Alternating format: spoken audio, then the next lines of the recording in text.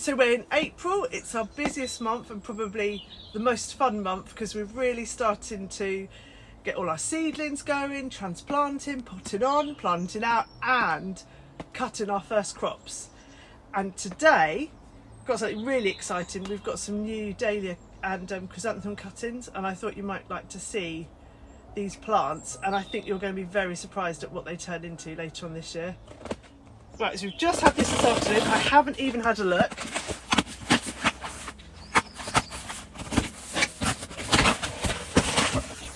It's basically like Christmas. Oh wow, this is really well wrapped. Wow, look at these. So this is what they call a rooted cutting, and these are beautiful cuttings. So there's three cuttings in there. This is what is known in the trade as a rooted cutting. This would have been the tuber put on a heat mat and forced to grow a shoot probably a couple of months ago. Right, so the next stage of this, we need to do this actually tonight, is pot these into pots of peat-free potting compost and then get it onto the heat bench, which means we'll get lots of bottom heat and it will make the plant root really quickly. Then we need to grow on undercover, and we'll plant these out at the end of May. You'll see them at the end of June, and then we'll be cutting them in July, August and September. So we've got a bit of a mixture of everything in here. So we've got some seedlings that are already just germinating, right through to seedlings that are ready to be potted on. We've got bits of echinacea, mint, there's all sorts down here. Campanulas for next year's flowers, antirrhinums for late summer snapdragons, and then we're beginning to pot these out. These are actually dahlia seedlings. And then right through to these, which are antirrhinums or snapdragons. They're monarch, which is the most gorgeous ready orange flower. These are all ready to get planted out. And these are dozens and dozens of wallflowers ready for next year.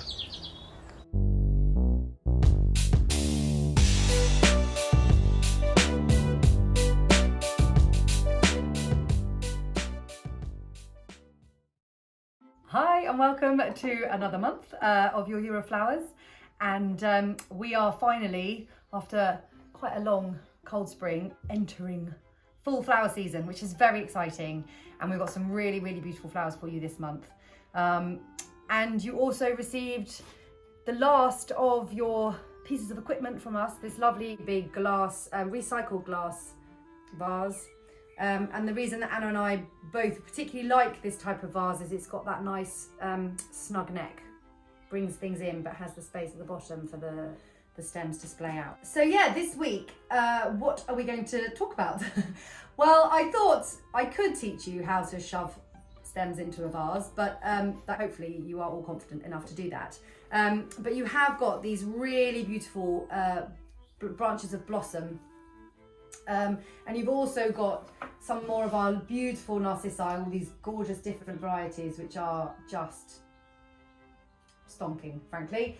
And a lovely assortment of tulips, and then just the last of the hellebores, and then starting to get little snippets of really beautiful short-stemmed, the very first of our ranunculus, anemones, muscari, fritillaries. So what we decided would probably be most interesting for this week is, instead of teaching you how to put long stems into a vase, is actually to kind of be really talking about what it is that Anna and I think of when we approach each stem. Because the difference with the kind of flowers that you get from a standard florist or a supermarket or what have you, compared to the flowers that you get when they're grown on the farm, is that they are not ramrod straight. They have so much more character, and understanding how to approach each individual stem, looking at the flowers that you've got and thinking about what vessel you're going to use to really show them off the best. That's all, that's all kind of stuff that you need to understand and think about. So that's the intention behind this week's video. So at the risk of sounding perhaps somewhat irreverent, I am literally going to take these beautiful blossom branches, which is a mix of amalanthus and cherry blossom, and I am quite literally going to shove them in a vase. I don't really think that needs too much teaching. And big branches like this in a statement vase just really do it for me. They're a bit audacious and I just think they look smashing. You don't need anything else in with them. Should you want to add a few more things, you could play with the whites and just use some of the longer stem narcissi and just, So there's something quite minimalist and yet still very beautiful with this kind of arranging. But I'm going to put that to one side now, and I just sort of want to come on to sort of, the bulk of the other kinds of flowers that you received this week. And also sort of talk about the range of vessels and how we might sort of look at the flowers and just decide what we're going to do with them each week. So obviously we have an assortment of lots and lots of, beautiful short stems, which, they're tiny. Again, there is great merit in just placing things like this in a bud vase. But for me, the bit that gets sort of most interesting and most exciting is when you can blend all these different lengths into an arrangement which allows for you to be sort of most expressive, and you can go and pick short stems and interesting things out of the garden and kind of just create something beautiful. So we encourage you to use your bud vases for any of the short stems. We also obviously have the bowl and the Kenzen, and then taller vases. Mismatch any which way you want. But this week I've decided that I'm probably just going to do something playful with a selection of these flowers in just a really small, I guess like a rice bowl, or just something, whatever little bowl you have to hand in your kitchen or wherever. And I'm just going to use a smattering of all of these ingredients and try and create something really open and beautiful.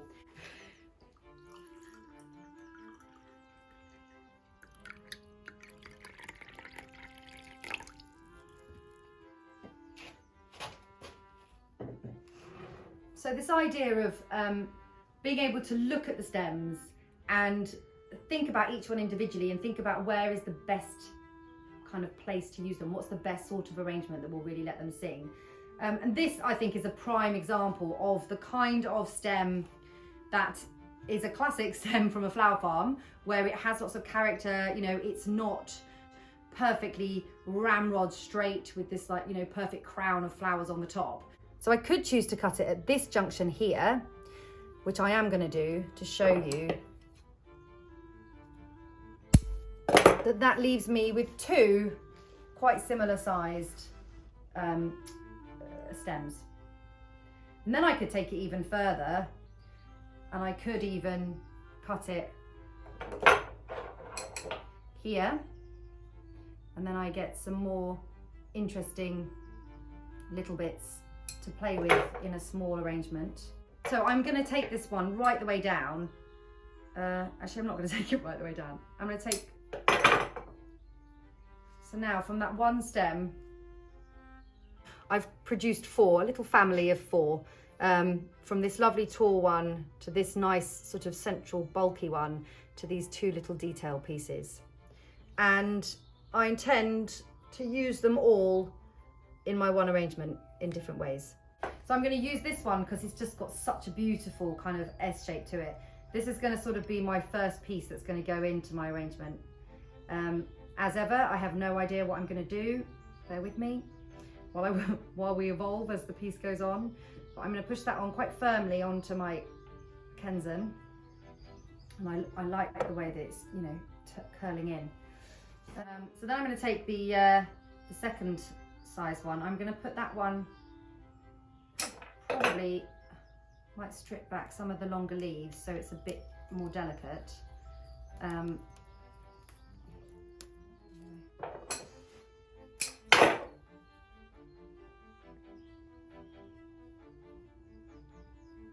I think the other interesting thing is that all too often, we start with the kind of the showy sort of focal flowers of, the narcissi or the tulips or what have you. But actually, this is kind of, I guess, what some might consider the filler flower. But quite often, it's one flower that will dictate what I end up doing. And in this case, it's this lovely one. One thing to know on these wallflowers is that they that they open up. So we've got quite a few in bud here in the middle. And then, for example, this little one here is probably on its way out. So I would just nip off the ones as they start to fade, and then the next ones will open up and open in its place. And we've got all these buds to come to. There's quite a strong red tone in this flower. So controversially for me, it's making me want to use this really beautiful red anemone, which is almost like a poppy, so, you know, classic.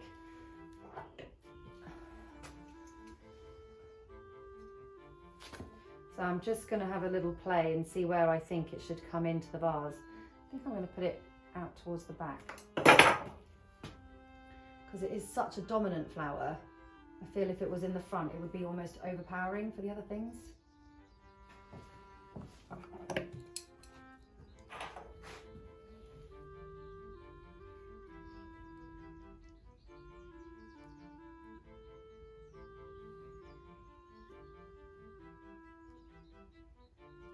So I'm going to let that tulip sit in front of that cut edge and follow the line of the wallflower up. I'm just going to keep adding, layering up. But this is going to be quite a minimalist sort of playful piece. I'm not going to work too many pieces in here.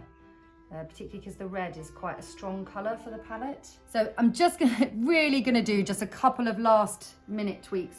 I haven't actually anchored my anemone there, so it keeps moving when I move my vase. But I'm just gonna use a few other accent points, kind of just to make the arrangement a bit more fun. Again, I could have used some of the narcissi, but I think I'm gonna keep it quite sort of dark and tonal. Maybe gonna throw in some blue just to really muck things up. But these have just got the most graceful line on them. There's something, they're so demure. And I kind of want it to follow the line up and just really accentuating. I can find a way onto the flower frog. Kind of further accentuating that idea of this curve. So much of it with this sort of floristry is just thinking, just playing. Does it look all right there? Is it going to hold there? Taking things in and out and just sort of letting them play.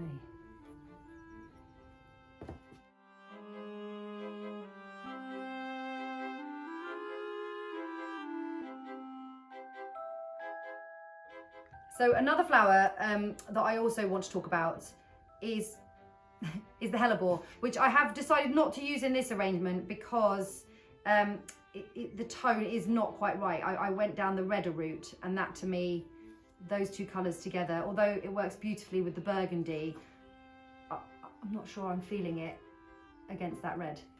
Anyway, what I did want to talk about is that now the hellebore are really coming to the end of their season, so this is probably the last time you'll see them.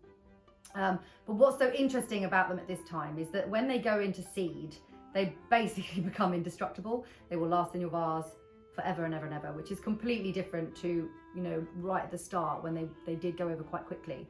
So as soon as it's in seed, it is incredibly strong, but you do still have the new growth here on this stem of this one here and this one here. Again, as with the wallflower, deciding where to cut it. So you could cut at this point here, and that would give you 2 stems. And you could also decide to snip off this one and use that in a bud vase. And the deeper that they're in water, obviously the less hard they have to work to drink, and the less likely they are to flop. But again, if they do, as with all of the flowers, you know, you just pick the bit that's flopped out, or you can just snip them off earlier and put them in the water to float. And it is just sort of allowing the arrangements to evolve, thinking about how the different stems might work and how best to showcase them. So as ever, we really hope that you enjoy your flowers, and we would love to see what you create. And yeah, and we look forward to next month.